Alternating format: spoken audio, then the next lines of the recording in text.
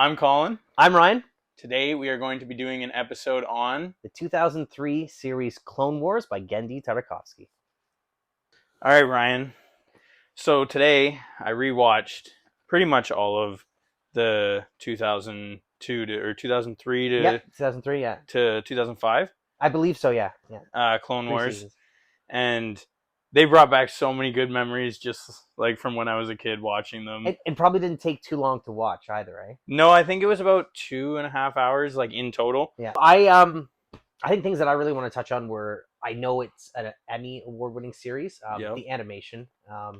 So Genndy Tartakovsky, known for Dexter's Lab. It was I didn't know that. That was a childhood show of mine. Yeah. Samurai Jack, which had a ton of critical acclaim. I think the art style was probably like the most iconic thing with it. Yeah.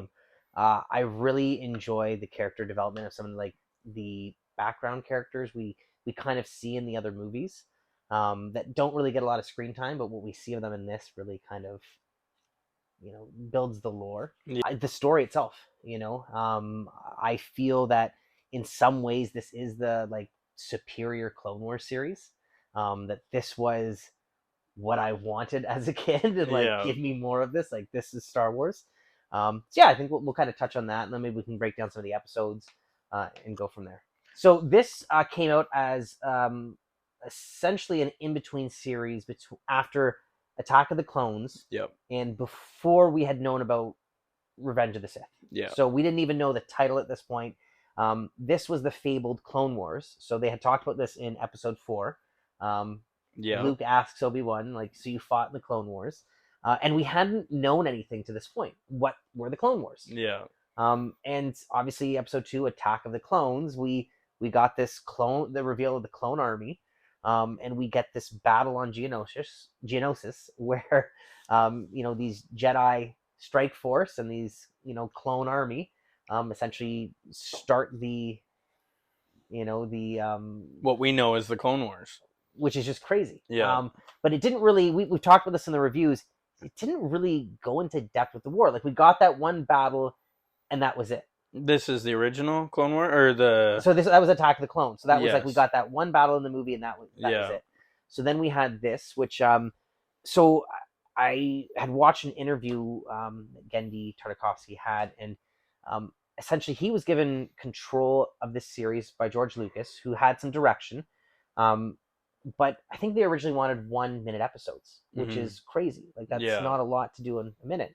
And Tartakovsky went back and said essentially that I don't want these feel like commercials. Like, give me something. I think they settled on like 3 to 5 minutes. Yeah. So the first volume, so seasons 1 and 2, are really tight, short episodes. Yes. And like, they are even rewatching them for this was difficult because you need to be focused the entire time. Something's happening. Yeah. The animation is beautiful. I believe it's all hand drawn still. It's a combination of 2D and 3D. So some of the ships are 3D where they've modeled it but put a 2D overlay. So it all works together. It is great Star Wars. That animation style is my favorite animation style out of anything we've seen Star Wars. Like, hands down. I love that animation style. The way the clones look, the way the characters look, the way the lightsabers look. Like, remember our first episode we talked about Kit Fist's lightsaber underwater? So amazing. Like, we all wanted to see it. We saw it. It looked friggin' awesome. And then the duels, like punching the droids and watching them explode and like all that cool stuff. You felt the carnage. Oh, yeah. When Mace Windu's on that desert planet fighting all those droids by hand, and there's that massive ship that comes down and punches the holes. Amazing. Clone Wars at its finest. This is exactly what we wanted. You had mentioned earlier that this felt more like Clone Wars than what we got in 2008, I believe it was. Yeah, that's when the next one came. And that was something like when we did our show rankings, this was my number 1, I believe, was these old 2D micro series. Yes, we both had agreed that like this was the pinnacle of Star Wars television for us. Maybe it was a combination of our age because we were younger at the time. This is 2003. But it did everything for me. Yeah. It was the animation, the music. There was a way, so I would remember seeing it on, I think it was Teletoon, was the channel that I remember seeing it. it'd be like those little in between episodes. It'd be like what Robot Chicken is now. Those are Yeah. 50. But you'd be watching a show, and then you'd have like 3 minutes of Star Wars. Yeah. And there wasn't internet at the time where you could watch these actively. I think they were released as a web series, but like if you didn't have a good computer or you didn't have access to the stuff, like you had to watch on TV. Yeah. And just these little bits of, oh yeah, Kit Fisto was better in this than we've ever seen him. 100%. He looked so cool. He was like, after that, I was like, I need the action figure. I got the action figure. He was one of my coolest action figures. So it was like, he was so awesome in that. He seemed stoic, and then he could go underwater and fight just as well as he could on land. He was better underwater, wasn't like, yeah, he could create those bubbles and throw those and fighting the Mon Calamari and all their cool ships, and that was such an amazing battle. Seeing Grievous with that the other side of the Mon Cala, the other species, I forget the name right now. Corrin. Yes. And starting that kind of civil war between them. So, okay, so let's break it down. So we both kind of agree here that like this is like pinnacle Star Wars. Yeah. So what are the big key factors that make it pinnacle Star Wars for you? So what, even though the series is no longer canon, it's legends. That's so sad. I know, it's heartbreaking. What speaks to you still from this series? So you're talking about the Kit Fisto. What other things are memorable that like you wish were canon or you know that you wanted to see more of? So one of the big things for me was Anakin through the entire show. Anakin is my favorite character. He's always been my favorite character. He will always be my favorite character. And this was a massive chunk of Anakin's life that we were just missing. Yes, right? Because Attack of the Clones was Padawan. Yep. Still with a braid. Yep. And Revenge of the Sith was something had happened. And we don't even know how old he is. Like, I know how old he is. Okay, so I'm pretty sure I know how old he is because I've seen videos. Do you know how old he is in Revenge of the Sith? So, when they find him on Tatooine in episode 1, is he 9? Okay, so 8 or 9. Episode 2, he's 16, 17? 17. Okay, we're close. Yeah. Revenge of the Sith, isn't he like 23 or something? So when I was a kid, I always thought he was like 25, 26, right? Because when you're younger, you also look at like older figures as older, right? I think he's 22. I'm pretty sure he's 22. And like, I'll throw it up on the screen here, how old he is in Revenge of the Sith. But like, I'm pretty sure he's 22. And I'm like, that's crazy to me. Like, he's so young. But yes, 17 to 22 is 5 years. And 5 years of conflict. 5 years of the Clone Wars. This is what made Anakin into the warrior he is in episode 3. You're absolutely right. We've heard this story. Yeah. Where is it? And so, unlike you, I didn't get to watch the Clone Wars on TV. I was about maybe I did. Again, I don't really have conscious memory until I was Revenge of the Sith, right? But I remember seeing them on the DVDs my dad bought after the Revenge of the Sith. So Anakin was already Revenge of the Sith. Okay. So you saw the 2 movies and then got to experience this. Okay. So then I was like, okay, well, we're missing a bunch from Anakin. We've got young kid Anakin, 17, to what I looked at the time was like 26. So I thought the gap was even bigger, right? And I was like, we're missing this massive period of time from when Anakin goes from getting his arm cut off by Dooku at the end of 2 to the beginning of 3. He cuts both Dooku's arms off. So I'm like, he went from being this to this. Yeah. In what we see on screen is like 20 minutes max, maybe. Okay. Yep. Right? I'm like, so we see 20 minutes of him growing. We needed that in between period. So in this, we see him start out Padawan braided Anakin. Very, very, very arrogant. He's always got a scowl on his face. Even more arrogant than in episode 2. It was like he was fed up with everything. He lost his arm. He's so mad. Jedi's holding him back. Whatever. Anakin, he's super young, childish. And then we go through all these episodes. You see him get knighted. You see him defeat Asajj Ventress. You see him he doesn't fight Grievous. No. But you just see him grow. Yeah. Right? And then you see him go on his journey. He fights that big creature. Yeah. He becomes a liberator of that planet, those people. The warrior. He becomes the warrior he is at the beginning of episode 3. So I don't know the runtime, but we'll put it up. The combination of the runtime for Attack of the Clones and Revenge of the Sith. There's a lot of really good deleted scenes from, especially the Revenge of the Sith. Yeah. That kind of fill a story, but his screen time on there is not a lot. Mm-hmm. His screen time in this show is also not that much, like in the context of the show. Good You know what I point. mean? Yeah. They're quick, but we get so much, So and there's much. so much development. Yeah. You're absolutely right. That so I think this came out in 2003. When did Revenge of the Sith come out? 2005. So that is all we had, and then the Clone Wars came out past that, right? The animated movie came out, and then the series. So for me, and again for most people, this was canon. This was our story of how he became this champion. Yeah. In Revenge of the Sith, like yeah, he beats Dooku so easily. That knighting ceremony, that was so cool. Yeah. You know, do you remember what happened right before the knighting ceremony? He's really arrogant, even with Obi-Wan, when Obi-Wan comes to get him and stuff. There's like conflict between them, and it's like he says something like Obi-Wan. So he showed up late because he was with Padme. He went and met Padme in the street. They had their moment. Then 3PO comes and goes, Master Skywalker, you need to be, like, you're being summoned by Obi-Wan. And he goes, oh, not again. What is this? Just another training session? Goes, and then Obi-Wan's like, you're late. And he's like, is this another scolding? What does it matter if I'm late for another scolding? And then Obi-Wan's like, you need to be, like, more respectful. And mind you, I'm paraphrasing here. But you need to be more respectful and, like, not be so arrogant. Yeah. And he's like, you're no Qui-Gon Jinn, and I don't need to listen to you and all this. And then they both get really sad. And then he goes, go in there, like, we've got to do something, or whatever we've summoned you for. You need to go into this room and we'll do it. And then, yeah, he gets knighted right after that. Can you imagine the feeling Anakin must be feeling in that moment after just losing it on Obi-Wan for already doing something you're not supposed to be doing, then going after Qui-Gon, who's dead, and you're clearly both still mourning that. Then you go into, like, supposed to be the biggest moment of your life, like you're getting knighted. You know what I mean? I'm like, man. And the show has really good development in that, like, you feel a change in him once he becomes the knight. Yeah. But so in that whole context, when he meets Padme, he pulls a lightsaber on her. Yes, you're right. He pulls her in and like, he turns his blade on. Yes. And he's like, because this is the Clone War, so he's fighting a war now. Yeah. He's killed the Tusken man, women, and kids. You know, like, he's a darker version.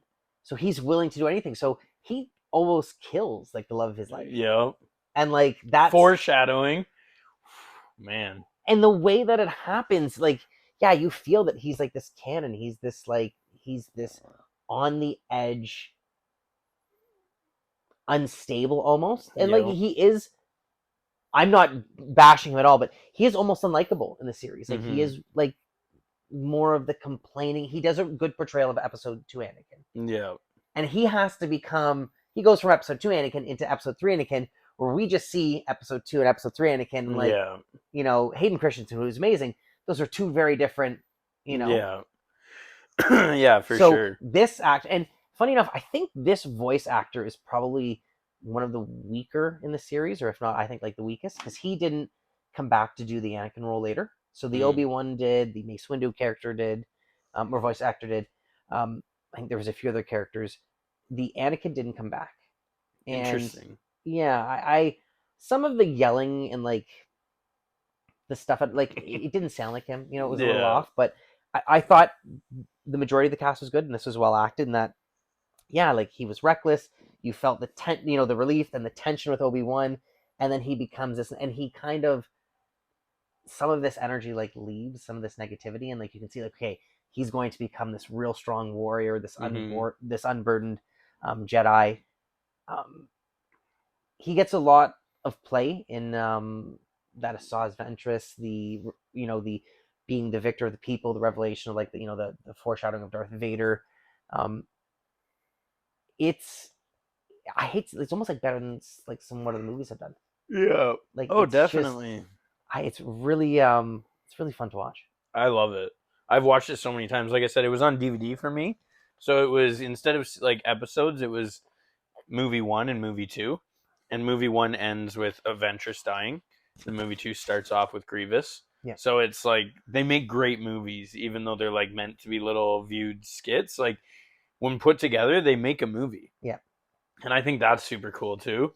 Because we've talked about that, like in Order 66, we get flashbacks of like just like, or flash twos of Jedi and different planets and like kind of their demise. Where in the first season we get these 3-minute battles of Windu on a planet here and Fisto there, and Barriss and Luminara here. Like we get so many little snippets, and it comes together as a great big story. Yeah. Where the second season I find is very much more narratively, because the episodes are like 15 minutes each. Yeah. They're like a bit more strung together, and like it's just as good.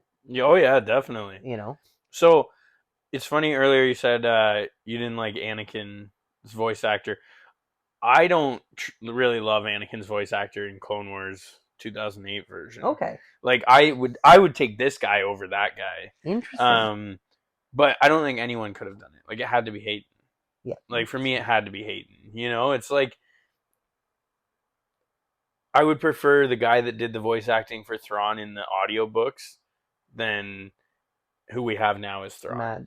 Okay. Like, all right. I think that guy would, like, because that's what I grew up listening to Thrawn as, right? So he was a little more menacing and stoic, and just the way his words flowed were like more Thrawn to me. So like, there's just iconic ones that, mind you, I think Kenobi was perfect. Like Kenobi in the Clone Wars, like I think that was so good. Like, yeah, and that guy did a bunch of. He's massive. That guy. So he's done the video games and stuff, and so I think he was very successful in. And Ewan McGregor is phenomenal. Like he is the iconic Obi-Wan. Yeah. But yeah, I think it's James Arnold Taylor. Yeah. And he's big with other video game roles and TV shows. That's great. Like that is great, Kenobi. So Obi-Wan is my favorite character. Yes. And this is some of the best Obi-Wan we get. I was going to ask you, how do you think of... So, from the iconic Obi-Wan in Clone Wars, that is, like, I think the coolest look. Mm-hmm. I know the Clone Wars... With the helmet, the cape, Yes, and then when he loses the helmet, he Commander Kenobi. Oh. Yes. I've seen cosplays, and, like, that would be my dream one to do. Really? Honestly, just to build a Phase 1 clone armor. You got to do it. Build the... You got to do it. That is on the list. That look is... So the Clone Wars 2008, where the Jedi have those like hard uppers, and like the gauntlets and stuff, those aren't bad, but to me it just seemed more plausible and like, okay, yeah, like the Jedi themselves would have armor and stuff, but like they weren't prepared for war. Mm-hmm. The clones have all this stuff ready. Like he could just, okay, I'm gonna get molded me, and like. So I love that clone commander like Kenobi. I love that, but I don't think any of them should have armor. The Jedi? In any series, yeah. Like, I don't like Anakin's armor. I don't like Kenobi's armor. The only armor I like is Commander Kenobi. I think that's super cool. But he did it for that moment, too, to fight Dirge and blend in with the clones. Well, that's what I mean. Right? So, like, it wasn't, I need armor. It was more than that. It was like a tactic, right? And to me, that's great, because it's like the droids maybe can't identify the Jedi until, like, a lightsaber comes out or something. Or, like, yes. Exactly. Look like that. So, but, like, in the other Clone Wars, I don't like it. Like, I think they should all not have armor. Really? Interesting. They're Jedi. They're supposed to be fighting a war. Yeah, but they're space wizards. Wizards don't wear armor. Okay. All right. I don't like it. Like, they shouldn't need armor. There's a reason Palpatine doesn't use lightsabers. Jedi shouldn't need armor. Well, Palpatine, I mean, he fights Windu and kills all those Grand Masters, including Kit Fisto, who is done dirty, because in this series we see him like... Yes. And then he goes to fight Palpatine, and it's... Like, Palpatine uses sabers, but he has that whole thing like he doesn't use them because it's like disrespectful to the Jedi. It's like mocking them by using a saber or whatever. But we're gonna get off that. We'll cover that another episode. But I like this, so because I wanted to see them more kind of become militarized, because yes, ideally the Jedi are supposed to be this, but I feel like this time period for them, like they were arrogant and they were unprepared for everything. Mm-hmm. They had starfighters. They had Jedi starfight, like dedicated, not just transport ships, but fighter ships. You know what I mean? Meant to. And we'll talk about that, because Anakin in this, this is like the best piloting Anakin we've seen. We see him be the best star pilot in the galaxy. We see it in this show instead of just hearing it. It's that's a great scene. It's so cool. I liked him in the armor, but the clone Kenobi armor, just because to me, like, okay, you're fighting in a war, yes, you're a space wizard, but you're still going to get cut, scrape, like there's still like explosions, stuff can happen. In armor, it also slows you down, though.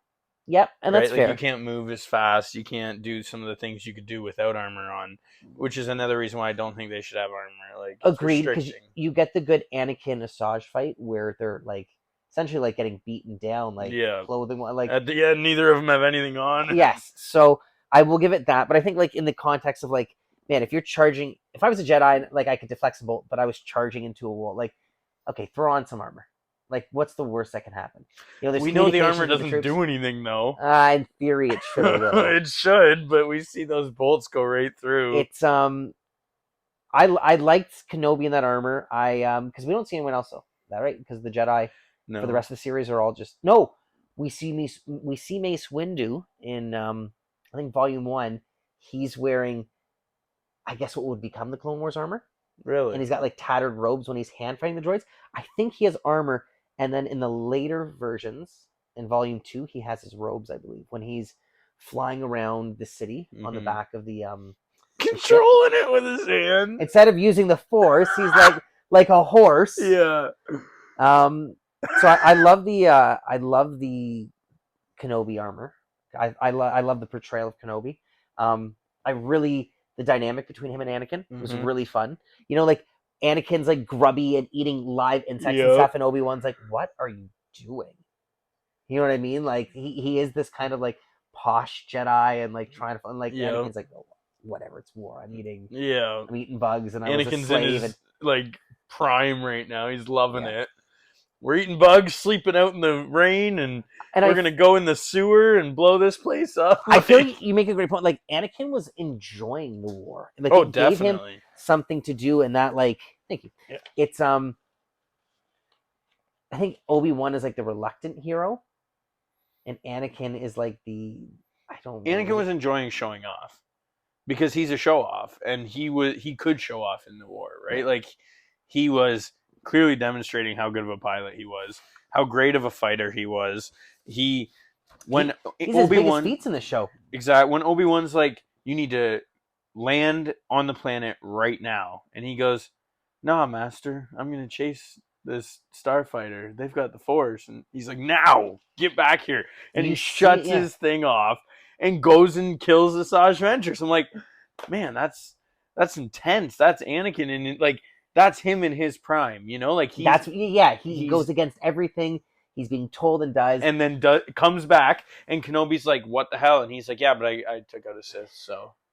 And he's now I'm just as good as you. Exactly. Like, he's doing everything he wants to do. He's having the time of his life. And you feel that, like, because, like, man, he's being told he's the chosen one. So he's got this level to him that, like, he probably does think he's better than everyone else. And, like, he is a superior Jedi when it comes to a lot of factors, especially at such a young age.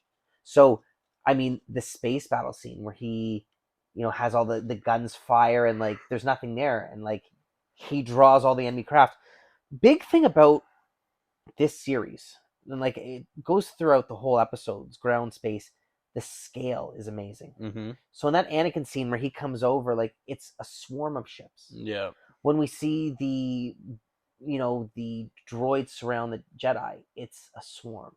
When Coruscant is invaded, like, it feels like an invasion. Yeah. The scale, and I understand that it's easier and animated in this 2D versus, 3D or actually doing it in real life. Action.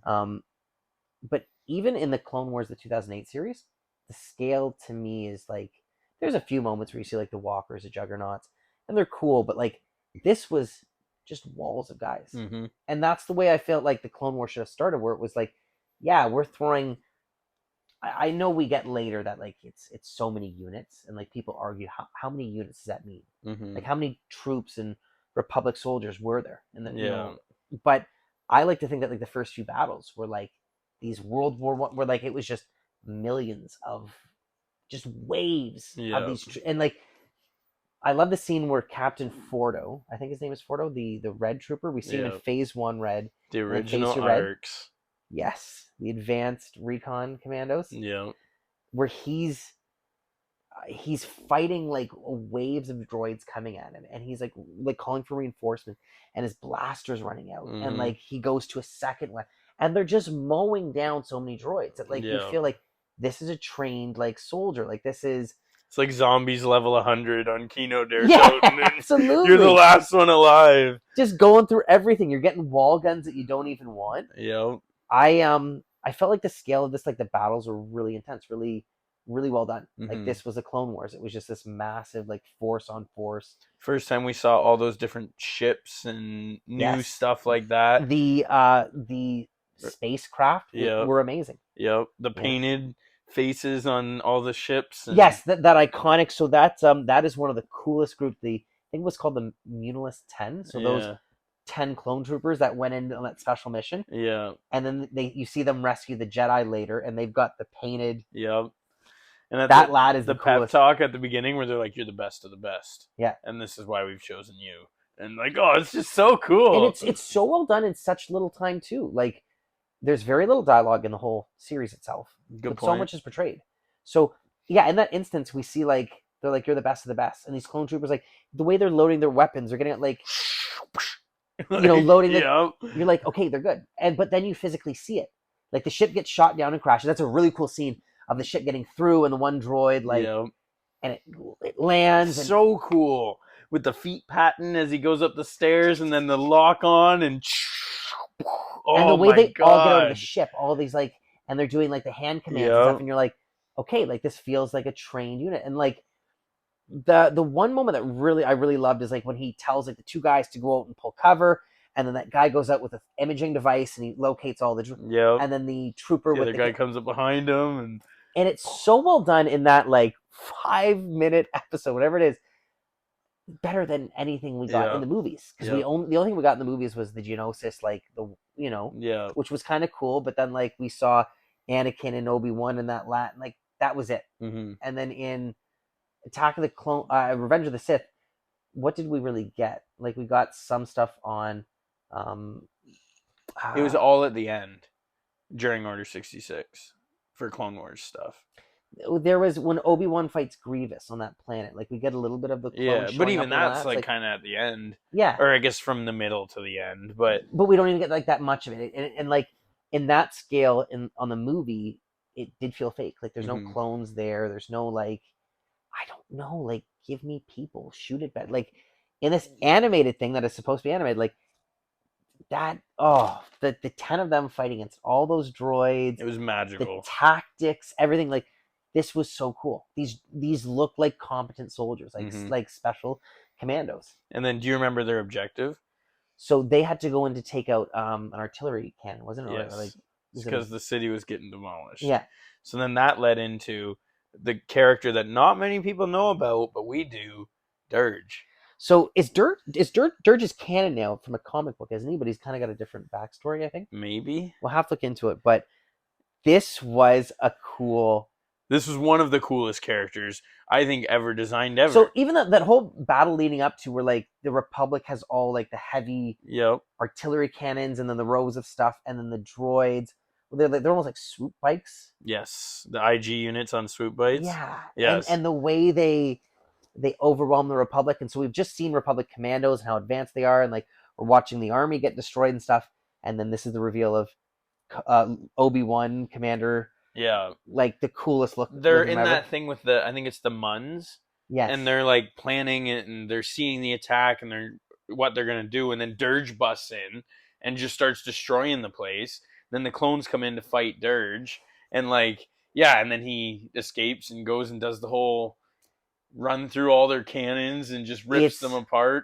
And so the Dirge character, you're saying this guy is cool. Yeah. The armor looked cool. I don't think there was any, like, even in whatever universe or canon he is now, there's no explanation to the armor, but he's a living organism that had a hatred towards Mandalorians. Is that what it was? Yes, and because they had held him, I think he was this, like, eternal being, because he was like this, the spaghetti monster. Yeah. He could just, like, keep regenerating and stuff. So I think he was a prisoner of the Mandalorians. Interesting. And they had he had a hatred and anger toward who are the clones. Yeah. At that time, they were Mandalorian clones. Good point. Before they retconned that Jango wasn't a Mandalorian, that he was a foundling. So like this was a clone of Mandalorians. Oh my god. So like that was a really cool story. That's so cool. That and like yes, we got that little extra context, but that dirge, what we saw on screen there was so cool. Obi-Wan cutting his limbs off. And then When he stabs him and then he like just starts wailing he on starts him. laughing at him. Yeah. And you're like, what? And then Kenobi looks up and he's just like boom, boom, boom. Runs through him, then pulls out his wrist thing and all the weapons. He's like pulling out blasters that get cut off. Yeah. He's got those like Agents of S.H.I.E.L.D., like holographic shield things that like blocking sabers. The Gatling wrist gun, the fire. So cool. His extender punch when his... Yep, when because like you said, the spaghetti monster, you can just... And then he ends up, like, when him and Kenobi have their final fight, he, like, consumes him. He was like a hunter from Halo, wasn't it? The tentacle monster and like the big metallic. I didn't play much Halo. Okay, so I think that was I'll attach a picture and that was something I remember from that like that's what they reminded me of, or reminded him of. But yeah, then he just absorbs Kenobi, and Kenobi's not going to die. But the way Captain Fordo, like the clones are just shooting the hell out of him, and then he shoots that electrical thing, and then fries him, and he flies back, and then just the dude explodes, and then Kenobi. Oh my god. That messed me up when I was a kid. I was like, I don't know what's happening here. Like, you know what I mean? And then, because Kenobi just gets eaten. And, like, I remember the first time watching that, I was like, whoa. Because I was a kid. I didn't know Kenobi wasn't going to die. I was like, you know what I mean? I was like, I don't know, like 8, 7. I was like, just what the hell just happened? Or, you don't know what's going to happen. And then, he busts out of him. And it's, we never finished Dirge's story, though, because at the end, you see all his pieces coming back together. So he's like this eternal thing, yeah. So it's like you could have. That's another great hero or villain. Probably villain. They're not going to turn around, but that's someone else that you could bring back. Disney might. Yeah. Look what they did with Boba, bro. Yeah. The Book of Dirge. Yeah. But that was a like really fun character, really cool battle. There was a lot to that whole Battle of Munilus, or Monolith. That was really well done. Really, really cool. We got the Mace Windu fist fighting battle droids. Like, was that supposed to be funny? Like, he was just bare fist punching, like destroying them. Yeah. That was so cool to see. Like, you saw the prowess of Samuel L. Jackson was old and they cast him as the role, but Mace Windu was supposed to be this super powerful Jedi. So now you finally got to see him. Like, okay, this guy is like, he's a warrior. Does he pull out his lightsaber? Does he lose it or something? Doesn't something? Yeah, happen? so he beats them all up, pulls it out, then the thing stomps down, and he loses it. Yeah. So then he fights some more, stomps again, and then he sees the gold shine. Yes. And he like pulls it towards him and then starts going ham. I also love watching them fight in that show, like when they're deflecting bullets, and they're just like, super fast, like ridiculous. And it looks so stupid, but it's that so animation good. is perfect because you always go like. And the one thing I always thought, like, okay, man, if every trooper fired at the same time as a Jedi, like, how are they going to stop it? And like, that's obviously what happened on Order 66. But you see this frantic movement of like they can really do a lot, but you see the overwhelming fire in this. Again, you see like the big, massive waves of guys, and like when they're all shooting, like there's a lot of firepower. So it makes sense that the Jedi are just going crazy and like. It looks so silly though. There's so many things again that they can do with the animated that they couldn't do with the live action that were done well in this. Where I understand doing the 3D version, the 2008 series is probably cheaper because you weren't hand drawing everything, you were making models and like definitely. This was just amazing. This was, and it won an Emmy for the art, like, and like that's amazing. I'm so happy to hear that. Like, it is just great Star Wars. Yeah, I love everything. Like, the ships, like that massive. That land destroying thing that makes it like that's a cool. The Trade Federation would have weapons like that, like mining things. Like, one thing I wanted to say about Dirge, but I totally forgot, is that felt like Star Wars. Why? Because it's something no one's thought about before. It was a new creature, a new character, a new thing.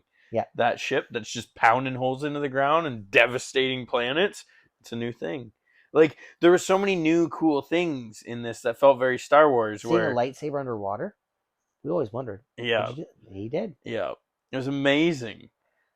It's that's a really and then so we're burning our way through the first season here, or first and second season here. But once we get to that planet where Anakin chases Asajj Ventress down after he's told very clearly not to and disobeys Kenobi, and Ventress is pulling his troopers into the forest like Ahsoka in that episode of Mandalorian. parallel, very big parallel there. Like if you watch it back now, because they're in a forest and Anakin's walking and the troopers are behind him and they're disappearing one by one. And that's exactly what Ahsoka did to those troopers. Disappear, like just took them into the forest and then they didn't come out. And I like when I was watching that today, I was like, wow, that reminds me of that. And like, what a cool. I know that's been done in so many movies and stuff, but like that never gets old.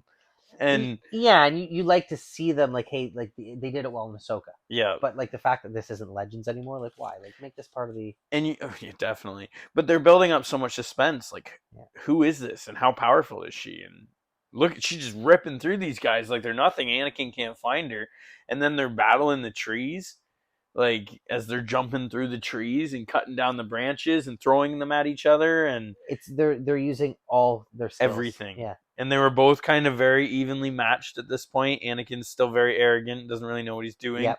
Ventress is being trained by Dooku, and Sidious kind of behind the shadows. She was originally Asajj Ventress was supposed to be the villain of Attack of the Clones. She was supposed to be Dooku's new apprentice. There was like concept art of her. Really? And they liked that and kept it as this villain. So like they essentially like didn't waste her. And like so yes, she's kind of she's being taught by both. Yeah. You know, she's just she is a Sith. An assassin. Which is like, and Sith assassins were like something that, you know, were in other medium.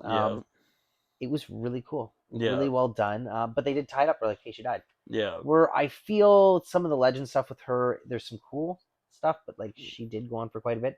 And like she survived, didn't she? And now she's like, she's dead now. But didn't she have a relationship with like Quinlan Vos? Yeah. And then she sacrificed herself for Quinlan Vos. Yeah. Sometimes I like it's funny because I'll be a hypocrite, and sometimes I like a self-contained little story. Like the galaxy is so big, there's so much going on, there's so many years, like this person may just live a little bit of time and like this was their story. Yeah. You know what I mean? Like I don't need to see them like. So I really don't like her in the new Clone Wars.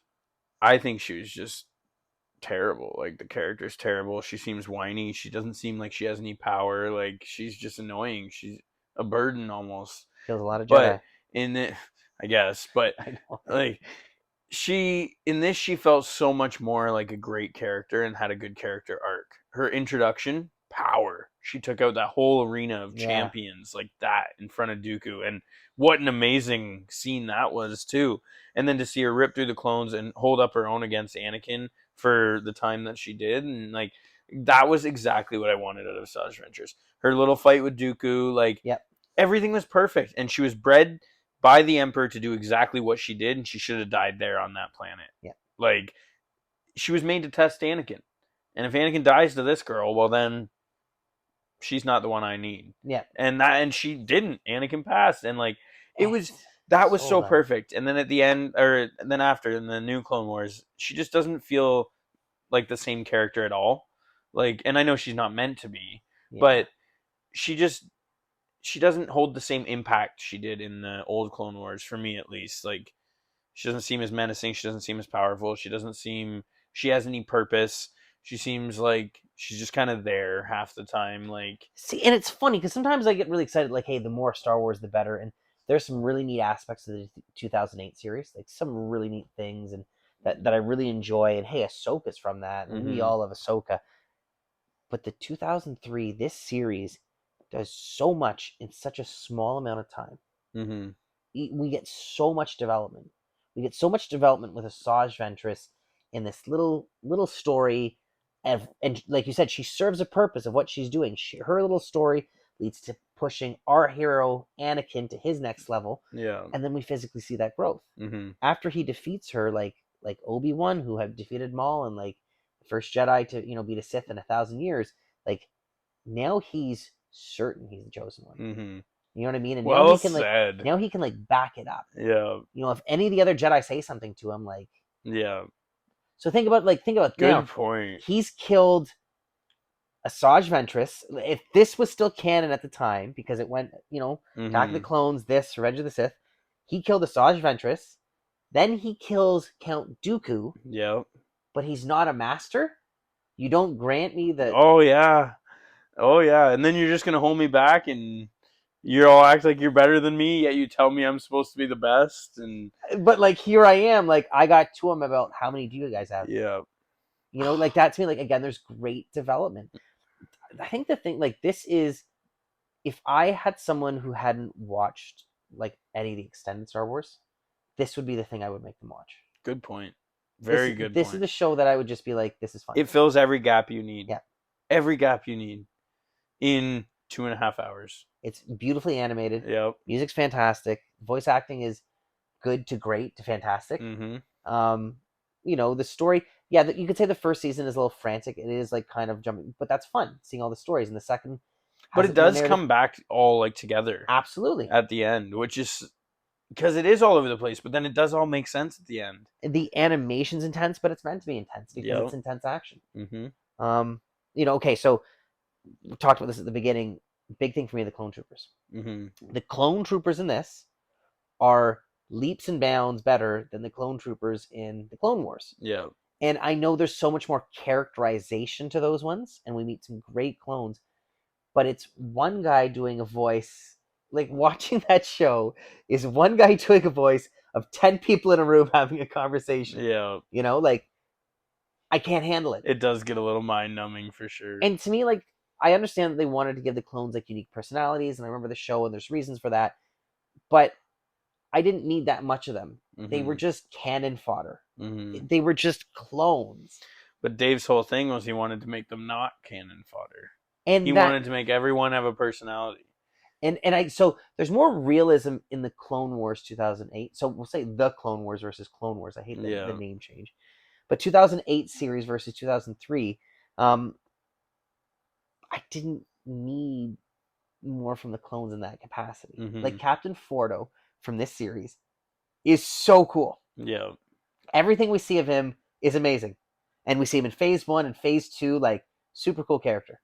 Yes, there are characters who have cool feats in the Clone in 2008, but there's way too much filler with them usually, mm-hmm. where there's just too much nothingness going on. We've got seasons of just clones.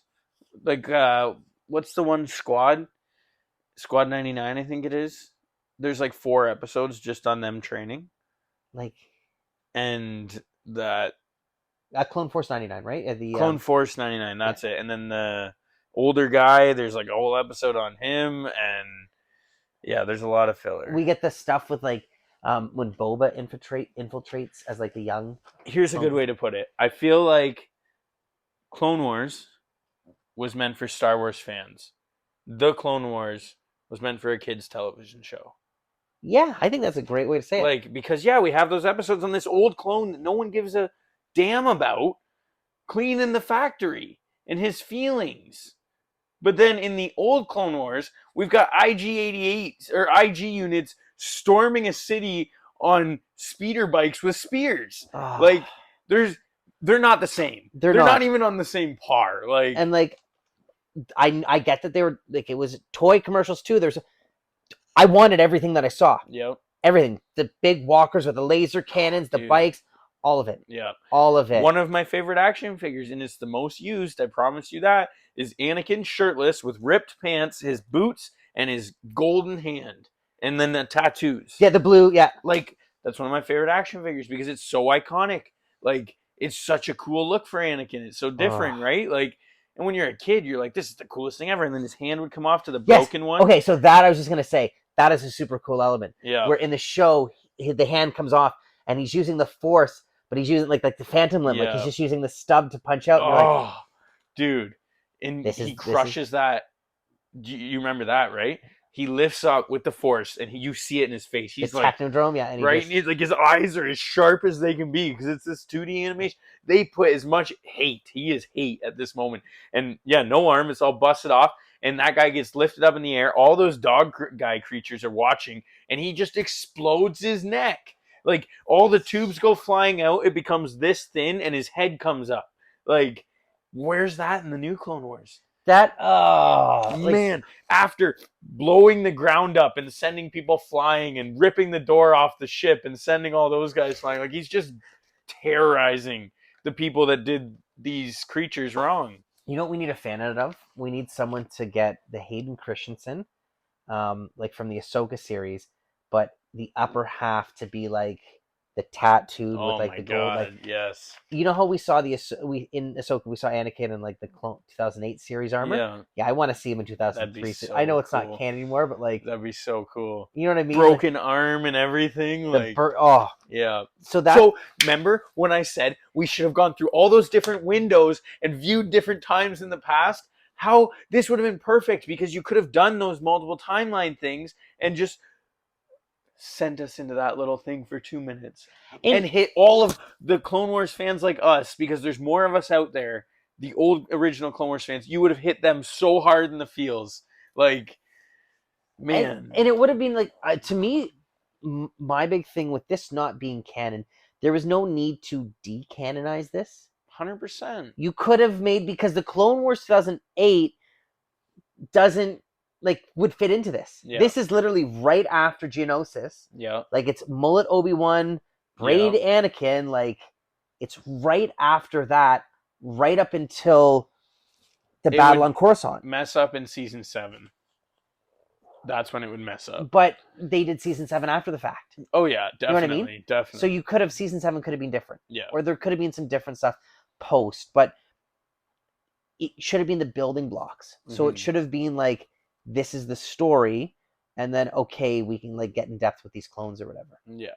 You know, sometimes I don't understand the need to like decanonize all this stuff. You know, there's some really cool stuff that's in Legends right now that like why? Trying to build this perfect universe, like why? So Disney can clean slate and do whatever they want. That's why. You know, Dash Rendar, yeah. Sorry, Kyle Katarn. Kyle Katarn, Man. Cal Kestis. We both played those games. We have such a connection with that character. Most people don't know who Kyle Katarn is, dude. You say Kyle Katarn, they're like, who? So my theory with the using that actor, Cameron Monaghan, they're just gonna put him in live action. They have to. Because they didn't edit him. He's literally that character. Yeah. Definitely. You know. So we've kind of wrapped up season 1 and 2. That we've talked a lot about season 1 and 2. You want to take a quick break? We'll dive into season 3. So season 3. Okay, so we're all over the place. They're excited. So season 1, a lot of kind of disjointed stories. We had the Saj fight. Yep. Season 2 ends with the emergence of probably the coolest villain we got. Saj was really cool. Dooku was really good in this. We got General Grievous. Yeah. So Asajj died, so we didn't know where she was going. It ended up that Grievous became the villain of Attack of the Clones. Yeah. Or sorry, Revenge of the Sith. Revenge of the Sith. I'm so sorry. He was quite something. So he gets this reveal where he's such a threatening, menacing force to the Jedi. Yeah. So for anyone that hasn't seen it, the way he comes in is we've got, 5 or 6 Jedi Masters. And an apprentice too, right? Yes. One that's Shaggy. Like Shaggy, yeah. So we've got a bunch of Jedi on this planet, and they're all scared because they know something's coming for them. They don't know what, but they know something. Yeah. And it turns out they're surrounded by droids too, right? Yes. So their ship has been shot down. They're surrounded by droids. The droids stop moving, but they know something's hunting them. Yes. And that thing shows up out of nowhere really fast and just starts destroying these Jedi, picking them up by their head with his feet, throwing them into the wall, taking all 4 of them. And this is General Grievous. It's not the General Grievous that most people know and love from Revenge of the Sith. He looks quite different. Yeah. He looks a lot more lanky, a lot taller, a lot more imposing or scary figure than what we got in Revenge of the Sith. Whether that's due to the fact that it was live action and this was CGI or this was animated. Yeah, so if it was a stylized decision, you know. I don't know, but I like this General Grievous a lot more. This one, you felt the fear with him, like he was imposing. So when you see him attacking those Jedi, like he is moving so fast and aggressively.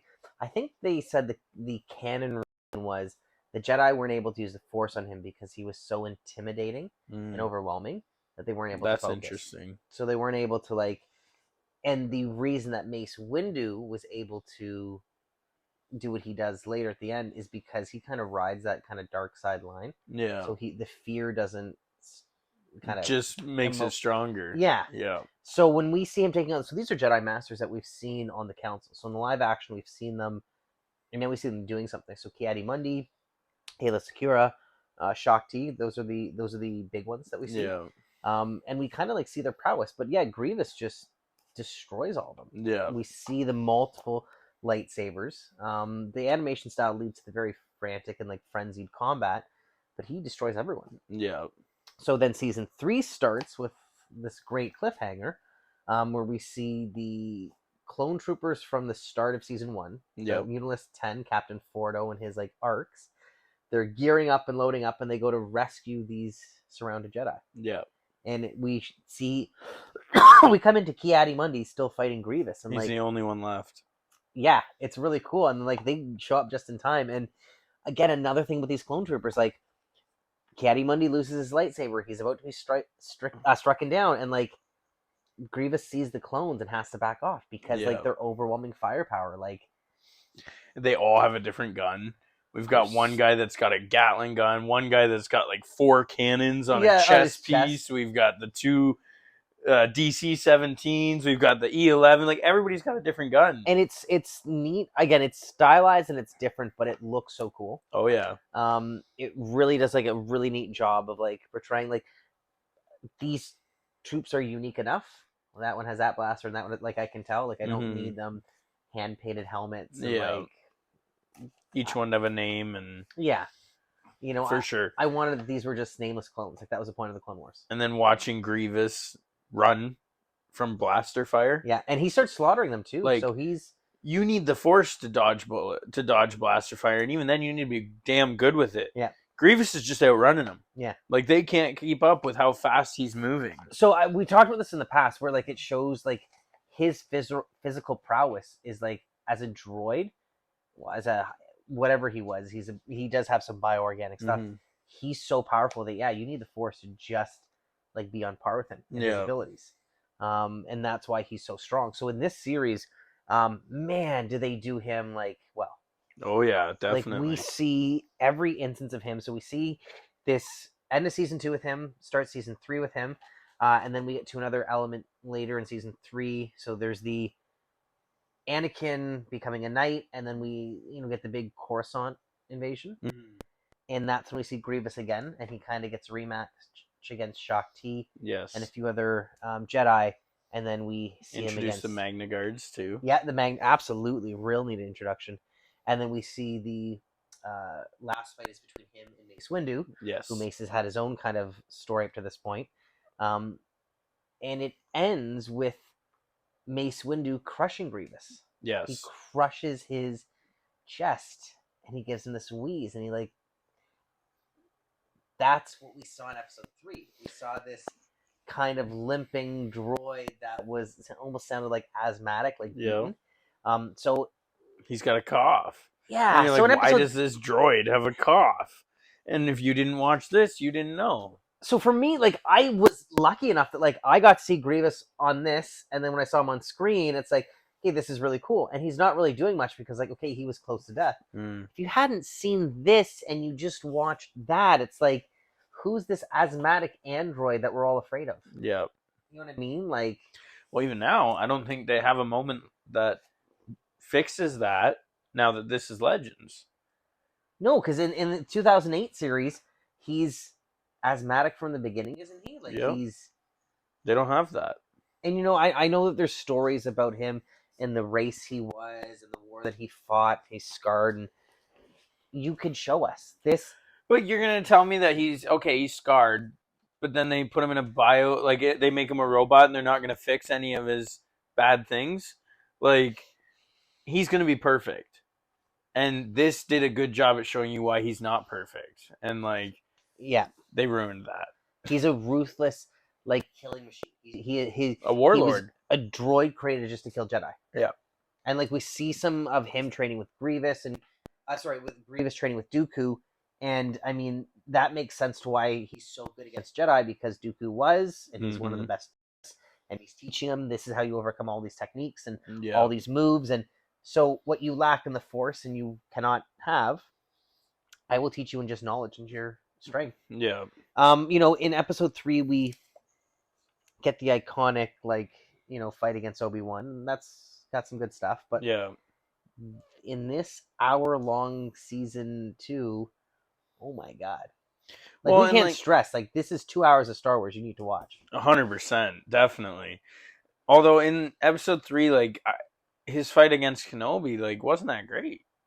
Yep. He lost 3 hands in under a minute. Yeah, that's true. And I'm like, okay, so Kenobi's way more powerful than him, but then we never saw him in live action do anything. Yeah. So that was his one moment to show us who he was in live action, and he lost all his hands right away. I'm like, that wasn't that Why great is of a anyone fight so for scared me. of him? Like, why is exactly. Why is he this big threat? We saw it in the Clone Wars 2003 series. We don't see it in anything else. Even the 2008, the movie, it's just not there. Yeah. So, yeah, I don't know. This is another character that, like, the Asajj Ventress, almost less is better. Mm-hmm. You know? Oh, definitely. Yeah, don't talk. I like Grievous when he doesn't talk. Yeah. Like, just stand here and do crazy menacing feats of... that look, those eyes, like, Yeah. that's it. And it could have carried right through to the live action, but they changed it. They changed the character. I always had this kind of theory. I really wanted to see a consistent villain all the way through. Yes, I remember you prequels. saying that. So it could have been cool that Grievous could have been Maul, and like, we didn't know that he survived at this point, but it could have been That's something an where, like, interesting theory. because wouldn't that have been neat that, like, all of a Oh, sudden he yeah. comes back too, and, like, Oh, maybe yeah. he doesn't have the Force because he's too machine now. Yeah, he's got no bio left. Yeah. So Dooku is training him, and Palpatine, the bigger picture, is still using him. So yeah, he uses 4 lightsabers. He doesn't. It would have been cool if it was Maul. That would have been super cool. And then you could have had this through story all the way through episode, and we got some neat stuff with Maul in the 2008 series, but, like, we also just got a lot of weird stuff with Maul. Yeah. So I don't know. And this series again is one of those where it's just enough Star Wars. It's really good. It's perfect. Yeah, it's funny. The more we talk about this, the more it's like, this is some of the best Star Wars that is on screen. Yeah. I love the betrayal of Dooku in this too. Yeah. Like, the way he was done in this, I like a lot more than... Everything about this I like a lot more than the new Clone Wars. But Dooku, like, just... Again, they did such a good job of portraying the bad guys, is something, like, I want to stress. Like, in all Star Wars, they don't do a good enough job at showing you how bad the bad guys are. Where this, I don't felt like they really hold back. Yeah. Right? Like our introduction to Ventress. She slaughters, and I mean slaughters, an arena of champions. Yeah. She didn't hold back. She was cutting heads off. She was cutting hands off. She's crushing them with boulders. She's whipping them into walls. She's lighting them on fire. She is ripping through them. Grievous stomping on heads. He's killing Jedi. Yeah. He's, like, killing masters and, like, beating up. These are villains. Dooku being feeling like the top of it, and then Palpatine is like, you get the little bit of Palpatine, but, like, Dooku feels like the big bad guy. Yeah. And these are like the little, because this is the Clone Wars. Dooku's the big bad guy in the Clone Wars.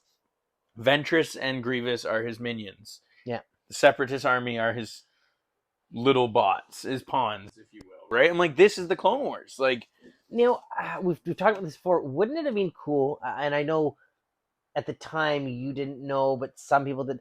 If Palpatine was totally, like, not known as the Emperor, mm-hmm. and it was just set up that Dooku was, like, the great mastermind, Mm-hmm. and then we're watching all this, and, like, they've got the hood on, and we don't see anything. We don't see the Sidious chin, but we don't see anything. Yeah. And then it turns out that, because in this, at the end of this series, Coruscant is invaded. Mm-hmm.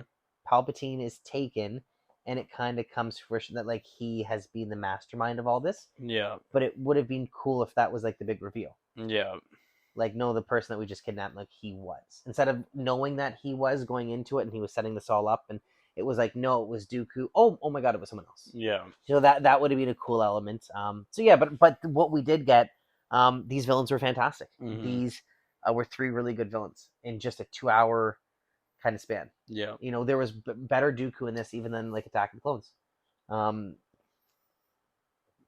Yeah. I love it. Yeah. Then now another thing we have to talk about is Anakin and his journey on the spiritual path of kind of seeing his future and who he's going to become, the destruction that he causes, all in that little. He becomes the champion for these like native people. Yeah, but So even before that, like what's so going see, on here right now is goes into this like vision yeah, or this like trip almost, where he goes and he sees on the cave wall those stick figures. yes, and But that Vader esque and then the imagery, hand right? comes Yeah. out and starts crushing everybody, and then pulls the one he loves in and crushes her, and then turns into the Vader head. And he sees that and like kind of panics and freaks out. And then they send him on that mission to free all of the people, all the men from their village. Yes, that are being experimented on by the Yes. techno, What are the techno? Yeah, the the techno techno union. union. Yeah, Yes, yeah, that's it. And yeah, so they've got them all in these vats, and they've got like cannons on their arm, and they're pumping them full of some steroid yeah. like So thing. they're making weapons out of like the native Yeah, species because like they want to fight the war and like this is the yeah. next weapon that could be the Jedi and the Republic. And we see Anakin go and find these characters and like rescue them and be the hero that we know he is, but there's no one there to supervise him at this time.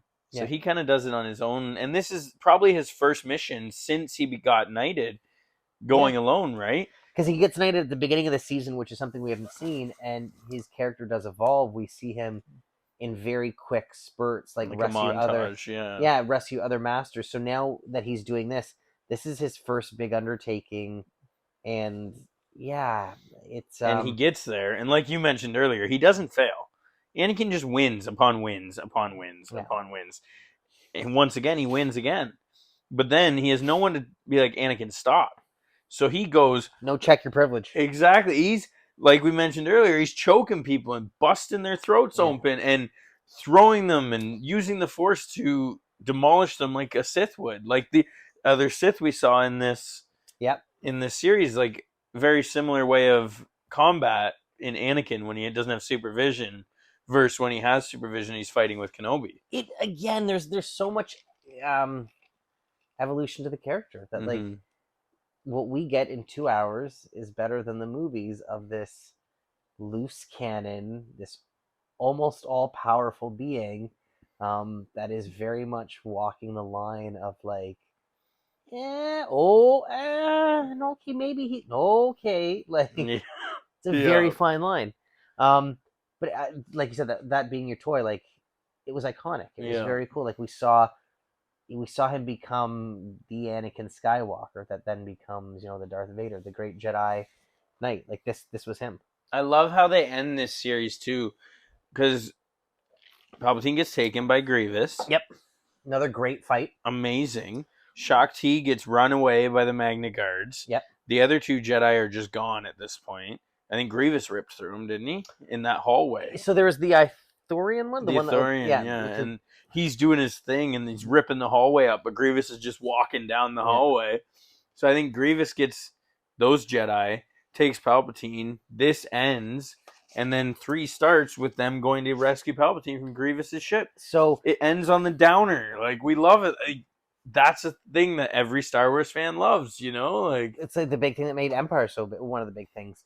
But this 2-hour series, so volumes 1 and 2, however you want to break it up, seasons 1, 2, and 3, or volume 1 and 2, in 2 hours, in just a few minutes, we fill in several years and several stories between those 2 movies, but they're done perfectly. Mm-hmm.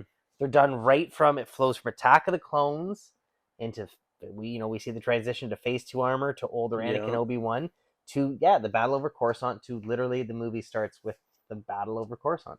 Okay. So why do you think that this was perfect and they couldn't do this in 2008? I think... Or to this day, why can't they do this? So maybe it's like a cynical thing for me to think that like it's not profitable. That like so this is 2 hours worth of content. It can just be consumed and it's done. Where good point. Clone Wars was like 7. I mean, there was another one later, but there was originally like 7 seasons there. Mm-hmm. That's a good point. Clone Wars 2 was economical to make. So the Clone Wars, the animated one, you're making models and renderings, and then you're building the episode from that. You're putting less effort into. It's still a lot of effort versus hand drawing everything in this series. Mm-hmm. And sometimes some of the scenes, like we'll cut in some pictures, like the hand drawn is very basic.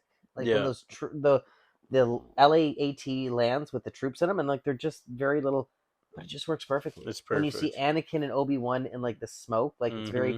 it works well. So even though it looked less, or it probably was more work to hand draw, but I think that art style just suits it. Yeah, I think, yeah, it's funny. The 2D one is more for adults, and the 3D one is more for children. Um, I don't know. I think like the profitability, the expense, did it cover too much in too little time almost? They're I like didn't think this of it that the way, but I think stories, you're right. the story's just done and that's it. That's all you get. Where they go Clone Wars, hey, we can have 7 years worth of content Yeah, and 7 years worth of action figures and play sets and toys and yeah. For being done in 2 years and 2 hours. but I think like I've never watched the Clone Wars movie, so that's something that we'll have to do and have an appreciation for to some degree. But you could have just continued this. You could Mm-hmm. have taken this series and done more with it as the building blocks instead of just getting rid of it and Yeah, you starting didn't have fresh. to retcon it. Yeah. So Dirty. you could have done more stories within this timeline, even though this is within two movies. You could have done more within this timeline that showed more Yeah. different stories, different characters.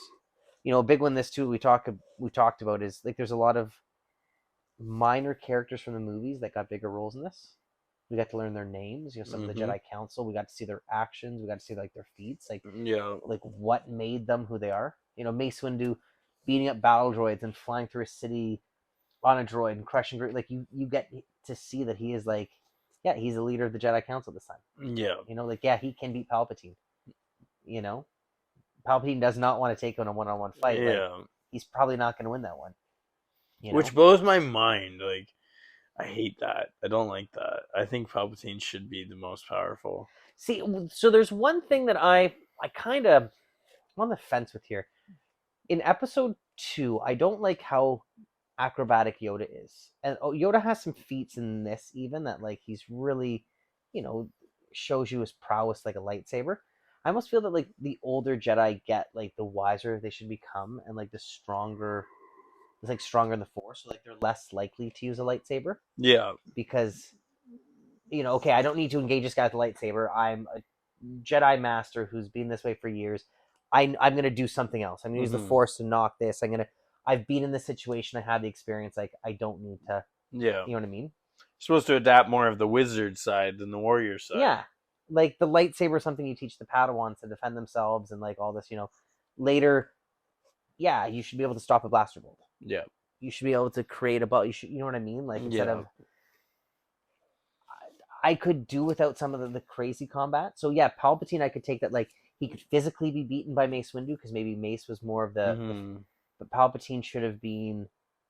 Well, I mean, was clone. He was more deceitful and all this stuff. Yeah, But he should have been smarter. He shouldn't have put himself in that situation. yeah, Like, he should have took the fight somewhere where he didn't need to be in a lightsaber duel with like Mace Windu. yeah, wouldn't it have been a better reveal if it was written some way that like they didn't like he revealed to them that he was the Sith instead of Mm-hmm. like them finally That'd be cluing in at the end. interesting.